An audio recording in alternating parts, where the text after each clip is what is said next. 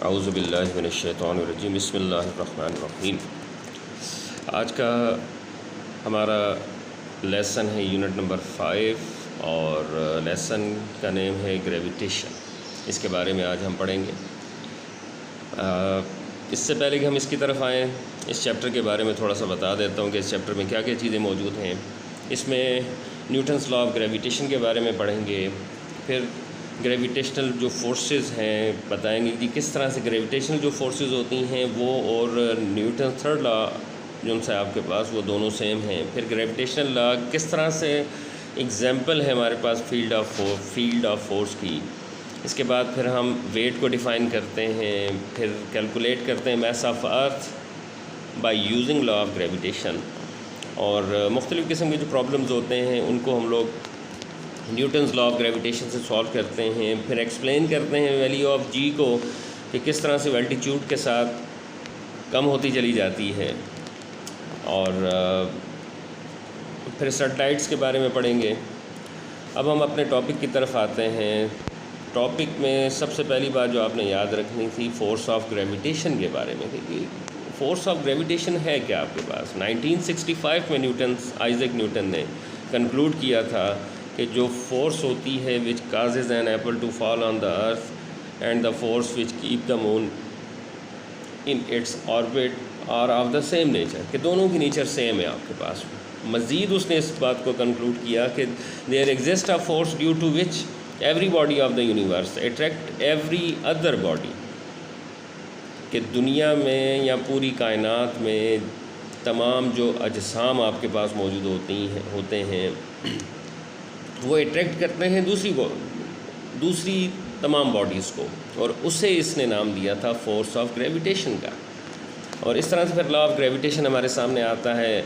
Newton's law of universal gravitation भी इसको नाम हम लोग देते हैं। इसके मुताबिक यही था हमारे पास कि भाई कि every body in the universe, के दुनिया में कायनात में हर जिस्म या हर बॉडी जो होती है वो अट्रैक्ट करती है दूसरी बॉडी को एक ऐसी फोर्स के साथ जो डायरेक्टली प्रोपोर्शनल होती है अगर हम उनके मैसेज को अगर आपस में मल्टीप्लाई किए जाएँ, लेकिन इन्वर्सली प्रोपोर्शनल होगी उनके डिस्टेंस के स्क्वायर के। तो इस तरह से हम f को मालूम कर सकते हैं। अब यहाँ पर हम कंसीडर करते हैं दो बॉडीज़ को, एक बॉडी m1 और दूसरी बॉडी m2 थी हमारे पास। अब देखा जाए तो ये एक फ़ोर्स के साथ इसको अट्रैक्ट कर रही है और ये दूसरी फ़ोर्स के साथ, लेकिन दोनों की डायरेक्शन सेम नहीं है। इस वजह से इसके साथ हम माइनस का साइन यूज़ करते हैं। और मज़ीद आपके पास ये था कि according to the law of gravitation, कि ग्रेविटेशन जो फोर्स ऑफ अट्रैक्शन होती है आपके पास f की दो मैसेज के दरमियान, वो ये है आपके पास कि भी दोनों का प्रोडक्ट जो होता है आपके पास वो डायरेक्टली प्रोपोर्शनल होता है f के, और इस तरह से इन्वर्सली प्रोपोर्शनल होगा उनके डिस्टेंस के। और इस तरह से अगर हम उन दोनों को कंबाइन कर लें तो इक्वेशन का जो फॉर्मेट होगा वो इस तरह से चेंज हो जाएगा। और अगर हम इस प्रोपोर्शनैलिटी के साइन को ख़त्म कर दें तो इक्वलिटी के साइन के अंदर लेकर आना पड़ेगा, तो हमें एक कांस्टेंट लगाना पड़ेगा, और ये कांस्टेंट हमारे पास होगा जी, जिसे हम लोग कहते हैं जी इज़ द प्रोपोर्शनैलिटी कांस्टेंट होता है। इसको यूनिवर्सल कांस्टेंट ऑफ ग्रेविटेशन का नाम भी देते हैं। पूरी दुनिया में पूरी कायनात में इसकी वैल्यू सेम है, और इसकी जो वैल्यू है आपके पास वो 6.673 × 10⁻⁻11 और यूनिट उसकी न्यूटन मीटर स्क्वायर पर kg स्क्वायर है।